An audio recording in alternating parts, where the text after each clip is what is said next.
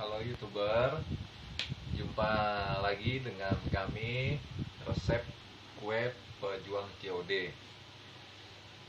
Kali ini kita akan membahas tentang kue ulang tahun yang sangat mematikan ya, sangat berbahaya ya. Oke, sekarang ini saya menemukan ini ya, berita unik ya di Google, yaitu kejadiannya di Surabaya ya. Nah, coba di ini ya, kelihatan.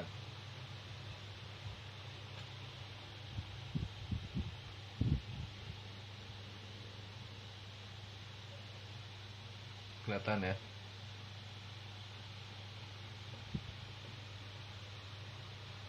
Itu ya.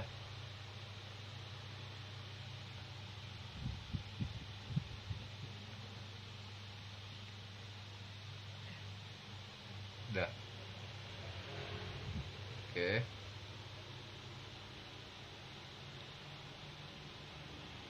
Itu salah satu contohnya ya. Jadi eh, siswa dari sekolah menengah atas itu keracunan setelah menyantap kue ulang tahun yang sudah berjamur. Serem ya, sangat serem itu, sampai kue ulang tahun itu berjamur. Jadi itu mereka setelah memakannya langsung dibawa ke rumah sakit ya, karena muntah, pusing ya, langsung pada dibawa ke UGD ya, termasuk guru-guru, seorang guru ya di berita itu ya, ikut juga dibawa ke rumah sakit ya. Nah, di sini yang cukup aneh ya pemirsa ya, yang cukup aneh para YouTuber, diinfokan di situ kue itu udah berjamur. Nah, tapi kenapa ya para guru ataupun siswa ya, padahal mereka udah cukup dewasa ya, udah bisa membedakan mana makanan basi dan mana makanan yang udah busuk ya. Nah, di sini kan setelah mereka menyantap, setelah mereka memakan itu kue, dan yang bingung ya, ketika mereka menyantap tidak bisa mencium bau basi pertama ya. Kedua, setelah dimakan tidak bisa merasakan kue yang sudah basi ya. Nah, jadi di situ ada keanehan muncul ya. Kok mereka yang para korban ini nggak bisa merasakan, nggak bisa mencium? Padahal secara logika gini ya, kue yang sudah basi, yang sudah jamuran, pasti akan tercium bau busuk, pasti akan terasa basi, pasti akan terasa tidak enak di lidah. Nah, di situ para siswa itu tidak bisa merasakan. Oke, ini saya bongkar ya, itu modus para pembuat kue nakal seperti itu ya. Sekaligus di situ juga ada keterangan polisi kebingungan untuk menemukan kenapa kue itu bisa menyebabkan keracunan ya. Jadi setelah diteliti ternyata ada jamurnya ya. Nah, seharusnya ini ya gampang itu ya buat Pak Polisi ya. Oke, kita sekaligus di sini membantu biar masyarakat pada tahu ya, dan pihak kepolisian juga pada tahu ya. Ini saya coba bantu gimana cara modus pembuat kue nakal seperti ini. Jadi biar semuanya pada tahu gitu ya, supaya jangan ada korban lagi ke depannya. Gitu. Nah, jadi pertama ya, kalau saya melihat ya, perkiraan saya itu ada 3 tahap modus ya. Pertama, satu, di adonan base cake kue tersebut ya, base cake di layernya ya, di layer dipotong dua ya. Itu kemungkinan besar satu menggunakan kapur barus yang wangi. Kedua, menggunakan lilin cair. Ya. Nah, jadi kapur barus itu ditumbuk. Misalnya ini adonan pertama nih udah jadi ya. Adonan pertama udah jadi. Ya, itu kapur barus itu ditumbuk, kapur barus yang wangi ya, ditumbuk di atas layer pertama. Di atas layer pertama. Nah, setelah itu ya, setelah kapur barus itu ditumbuk yang wangi ya, nah sama si pembuat kue nakal tersebut ya, yang tahap kedua nih ya, itu dicampur pasta perisa coklat yang sangat pekat. Nah ya, nah terus yang ketiga ya, sama pembuat kue nakal. Nah, kalau untuk pewangi yang normal di makanan ya, itu pasti akan menggunakan rum ya. Namun perlu diingat, rum itu baunya cuma bisa bertahan sampai 1 sampai 2 hari ya. Itu juga setelah itu baunya tidak menyengat lagi, tidak wangi. Kemungkinan besar ya, yang digunakan oleh para pembuat kue nakal tersebut yaitu menggunakan esen umpan untuk ikan ya. Nah, jadi sedikit saya terangkan di sini ya. Jadi esen itu biasa dipakai oleh para pemancing ya, khususnya biasanya nih untuk pemancing ikan mas galatama. Jadi esen itu bentuknya kurang lebih segini ya. Jadi fungsinya itu ya, esen itu dicampur, diracikan umpan ya, biar wangi. Nah, umpan ditaruh, dicemplungkan ya ke dalam air kolam ya. Nah, jadi ketika dalam kolam itu dia akan wangi, makanya menarik perhatian ikan. Menarik perhatian ikan gitu, dan akhirnya ikan memakannya. Nah, jadi esen itu kuat di dalam air dan tetap wangi. Dan itu esen itu lebih pekat wanginya daripada rum. Dan untuk ketahanan lamanya itu bisa untuk 7 hari. Di 7 hari tetap wangi itu kue. Nah, begitu ya. Nah, jadi setelah ketiga bahan itu dicampur ya, ketiga bahan itu dicampur, dikukus. Nah, kue itu akan wangi ya, kue itu akan berbau wangi. Nah, terus kedua, cirinya ya, di tengah adonan layer tersebut, di base cake-nya ya, itu akan lembek basah, akan lembek basah. Nah, terus yang ketiga ya, itu udah bercampur dengan perisa yang dikasih secara banyak ya. Jadi di tengah kue itu akan warnanya akan pekat coklat ya, pekat coklat dan berair. Nah ya, jadi saya beberkan ya, satu, fungsinya dari kapur barus tadi ya. Fungsinya kapur barus tadi itu untuk menahan pembusukan. Menahan pembusukan ya. Jadi itu akan membuat kue lama membusuknya ya. Jadi dia akan menahan pembusukan. Seharusnya kue itu udah busuk, jadi kue itu lebih lama, jadi keluar busuknya itu ketahan sama itu, sama kapur barus yang udah mencair tersebut.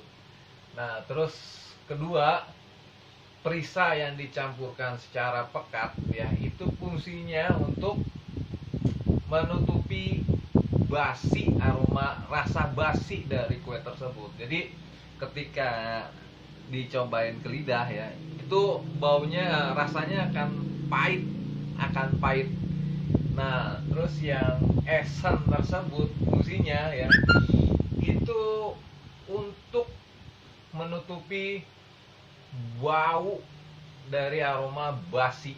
Jadi untuk menutupi bau itu aromanya lebih santer daripada rum ya. Nah, jadi ketika dimakan oleh para siswa ya, adonan yang sudah dioplos seperti itu ya, tidak akan tercium bau basi. Yang tercium pasti mama mereka itu bau wangi ya. Yang kedua, mereka tidak merasakan aroma rasa basi, karena yang termakan oleh mereka, dia merasakan coklat, pasti menduganya itu coklat yang pahit ya. Padahal itu kapur barus yang dioplos dengan perisa dalam jumlah banyak ya. Jadi ketiga elemen ini yang menutupi dari rasa, aroma, dan untuk sekaligus menahan pembusukan ya. Jadi kapur barus untuk menahan pembusukan, perisa yang pekat atau pasta yang pekat itu untuk mengecoh supaya tidak berbau, tidak berasa amis. Nah, ketiga, esen umpan ya, untuk menutupi rasa aroma yang sudah basi ataupun busuk. Nah, ya, makanya dari situ terlihat di artikel itu ya, mereka setelah memakan kue tersebut baru merasakan ya, muntah-muntah, pusing dan biasanya disertai oleh diare. Yaitu wajar akan menimbulkan reaksi seperti itu ya.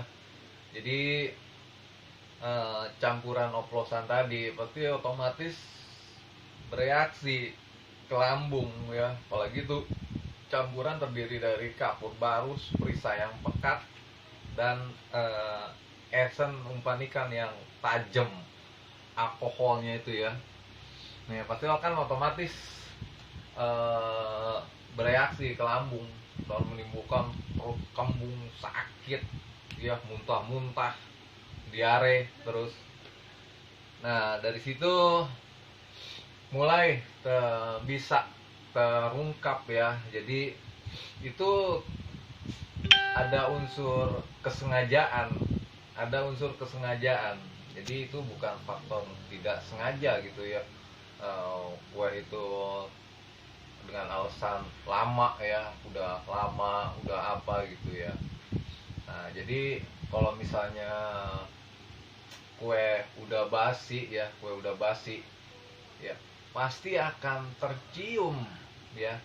Maksudnya tanda kutip, kue yang udah basi tanpa dioplos dengan bahan-bahan tersebut ya. Bahan-bahan yang seperti tadi saya infokan ya.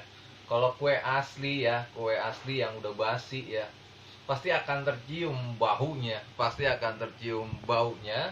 pasti akan berasa busuknya, pasti situ. Sedangkan ini setelah ketika dimakan, mereka itu tidak merasakan pertama bau busuk, bau basi ya, tidak mencium bau busuk atau bau basi, tidak merasakan makanan atau kue itu basi ataupun udah busuk ya. Jadi itu emang ada faktor kesengajaan. Jadi mereka mengoplos kue seperti itu karena biasanya untuk kue itu lebih awet, tahan lama. Nah, dan sebenarnya kue tersebut itu udah busuk ya.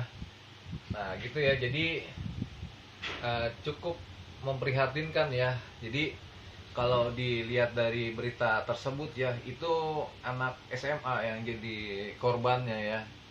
Nah, sekarang pertanyaannya, Bagaimana jika yang memakan kue ulta tersebut adalah anak di bawah umur 5 tahun? Ya, anak SMA aja yang udah setelah memakan langsung masuk ruang UGD ya, di opnam. Itu bagaimana dengan kalau yang memakan anak di bawah usia 5 tahun? Pasti mematikan untuk anak tersebut. Nah, jadi saya informasikan ya, info tentang ini ya. Nah, jadi untuk waspada sama ciri kue dengan dioplos dengan bahan-bahan berbahaya seperti itu ya, supaya tidak ada korban lagi ya. Jadi kue yang dioplos sama bahan berbahaya tersebut ya, dia itu baunya itu super menyengat ya, jarak 1 meter ya, 1 meter aja ke kue tersebut ya, itu masih bisa tercium bau wanginya, masih bisa tercium. Nah, jadi itu pertama untuk ciri itu, ciri-ciri membedakannya ya. Terus yang kedua ya, buka di dalamnya atau black dulu ya dengan pisau ya. Itu kue yang mengandung oplosan tersebut biasanya itu berair lembek ya. Nah, jadi berairnya itu kayak apa ya, berlendir, kayak berlendir. Nah, terus ketiga, lihat setelah kue itu dibelek ya sama ini, sama pisau ya, itu lihat gradasi dari itunya, dari coklatnya ya, dari coklatnya itu warnanya itu berpendar hitam pekat ya. Jadi itu kalau alasan itu pakai dark coklat, itu bukan pakai dark coklat ya, itu menggunakan pasta perisa yang pekat ya. Jadi itu biasanya tuh warnanya coklat, hitam warnanya itu ya, itu. Nah, jadi waspadalah ke ini ya, ke mama atau ibu-ibu nih. Jadi sangat berbahaya itu kalau dimakan oleh ini ya, oleh anak balita di bawah 5 tahun ya. Nah, jadi untuk itu ya, jadi untuk mengetahuinya tadi itu caranya udah saya infokan ya. Jadi supaya postingan ini bisa bermanfaat ya, supaya jangan ada lagi korbannya ke depan. Jadi semua harus waspada nih ya dengan trik licik dari pembuat kue nakal seperti ini ya, khususnya kue tar ulang tahun. Jadi supaya jangan ada korban lagi di kedepannya ya. Oke, demikian info tentang kue ulang tahun yang sangat mematikan ya. Sampai jumpa dan ketemu lagi di video kami yang lainnya ya. Oke, semoga postingan ini bermanfaat untuk semua. Wassalam.